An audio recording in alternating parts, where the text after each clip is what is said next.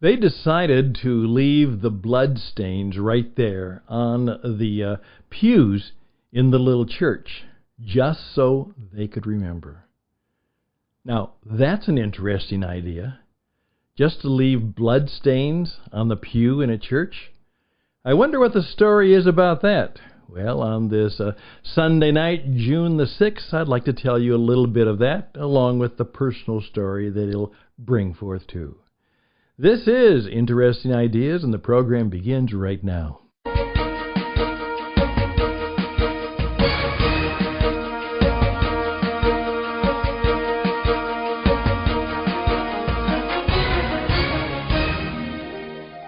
As I'm talking to you at this little studio here in Tucson, Arizona, I'm remembering a time many years ago, and a long, long ways ago from Tucson, Arizona. And I have a little symbol of what I'm going to talk about. I've traveled a lot around the world, and I must have a few souvenirs, but I can't think of any that mean anything to me except the one that I'm holding in my hand right now. And what it is, it's about just a handful, and it's kind of a smooth, obviously smooth because perhaps water had washed over it for some time. It's a smooth little rock, and I picked it up on a very famous beach. You see, I was in Normandy along with my wife Karen. We were having a little brief vacation and decided to leave our work and home in the Netherlands, and took the car and gathered up a few friends and decided we were going to spend a little time in Paris and the environs there. And so we decided that it would be good to go to the World War II famous battlefields at Normandy Beach. And so off we went, and it was delightful to get out of the traffic and all of the big stuff of Paris and begin to find ourselves in many ways kind of a very different part of the world.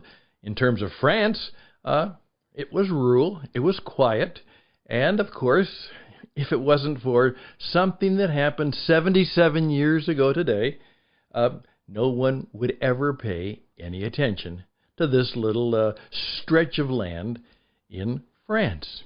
Well, of course, many of you now are right on to what I am talking about. It was, again, 77 years ago today, on the 6th of June, 1944, that thousands of American soldiers, also with British and Canadian soldiers on one side, and perhaps some others that might be able to be accumulated from other of the Allied countries, stormed the beaches of Normandy to try and begin the campaign to throw the evil Nazi Empire out of Europe.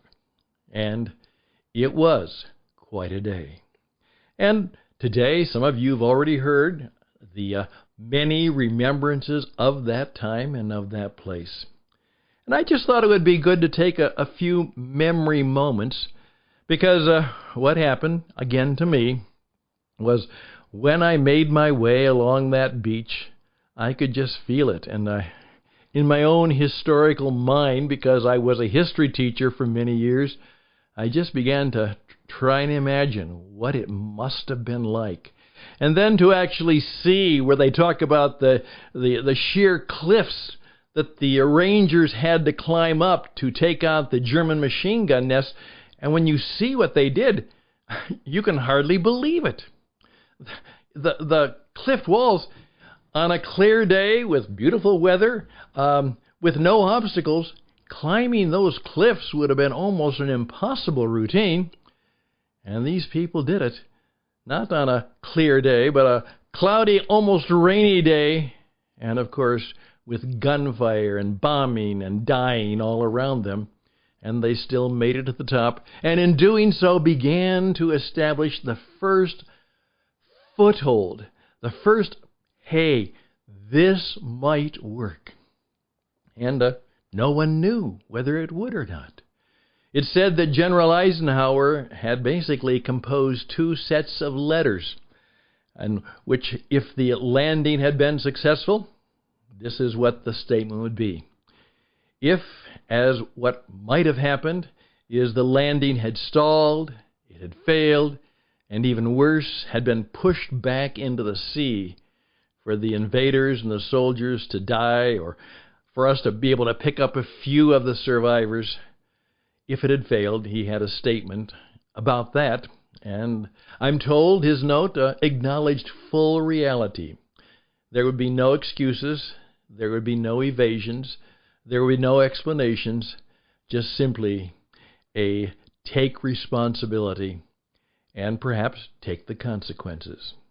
And of course, thousands of people would have paid the price for that mistake, for what had gone wrong. Well, the story is very well known. If you do, after I did, we did climb up, and then we walked among the endless row of graves. Over 9,000 of them. Now keep in mind, these are the ones that were buried there, who died at that invasion. Please keep in mind that a lot of bodies were recovered and many were shipped back home so that the family and the relatives could bury their wounded and deceased hero. But over 9,000 of them are resting in the incredibly moving cemetery there in Normandy.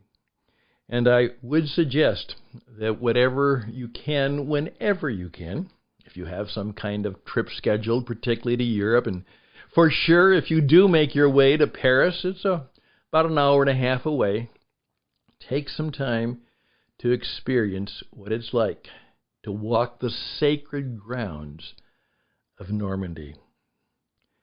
I'm told that in one of the places that there was a small church just off in after the landing had been able to get going. There's a small church there, and of course as the bloody fighting went on, many of the wounded and of course dying soldiers were actually brought into that church to try to obviously see if we could recover them and help them out of their wounds, or perhaps in some way find a way of making sure that their now sacred remains were at least notified and taken care of. Well, the story is that yet today that you can go there, and the people of that little congregation, when they cleaned up the church afterwards, decided that on some of the pews, the blood that was there was going to be left there. They didn't clean it up. They just let it sit there, and of course the stain of it began to stay there and sink in there, and there it is, 70 years later.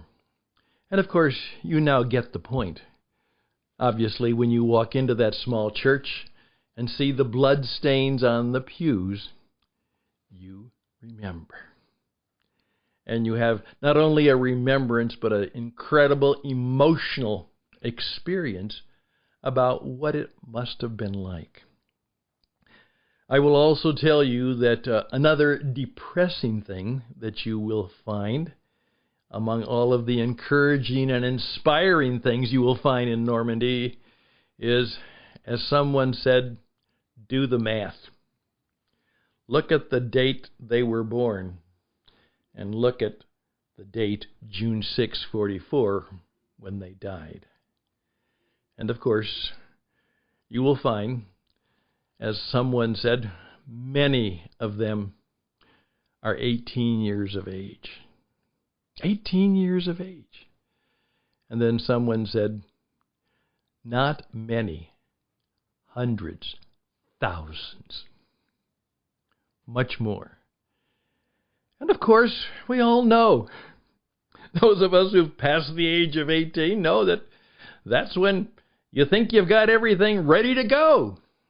That's when you're going to start out. You probably just graduated from high school, or you found a way to make your little bit of a step of freedom, and you find yourself, either through a choice you made and many times likely a choice that somebody else made, you find yourself wading ashore, loaded down with guns and weapons and people trying to kill you.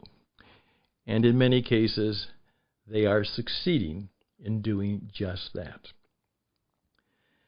Yep, I would encourage you to read some of the stories. Perhaps also read some of the stories of the children who grew up. They weren't baby boomers. They were born before the war was over. And in fact, some of them never saw their father at all. Never knew him, never saw him. They were too small. And they grew up not having a father and trying to live a life in, of course, the terrible grief of their mother and the family, and of course knowing how do you make a life work after that. And of course, hundreds and thousands and millions of them did just that. But of course, it was never quite the same. As one of my dear relatives said, what happened that day in 1944 changed my life, and I wasn't even born yet. And indeed it did. So those are just a few thoughts for this 6th of June.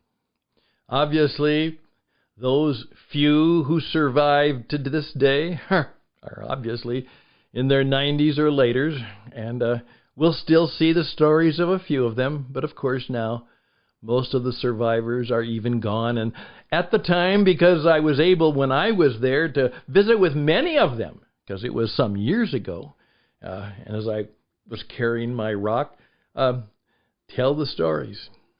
As one even incredible story was that even in the midst of that, there was grace that sometimes came up. One young soldier, somewhat reminiscent of the story of, Saving Private Ryan, told the story that he was fighting and all of a sudden he jumped down on a trench to avoid what he thought was an incoming artillery shell, and it was, and he looked up after surviving, and there was a German soldier with his rifle pointed right smack between his eyes. And of course, in great panic, he was going to die. It turns out he was very young, and the German soldier was also young, but he was also quite a bit older, probably in his late 20s or 30s, realized that there was a young boy there, looked at him, and just said, "Raus! Raus! Get out of here! Get out of here!" And he let him live. And he went on to live a life, raise a family. So even in the midst, as I said in writing the prayers for church this morning, God, you were there. That's right.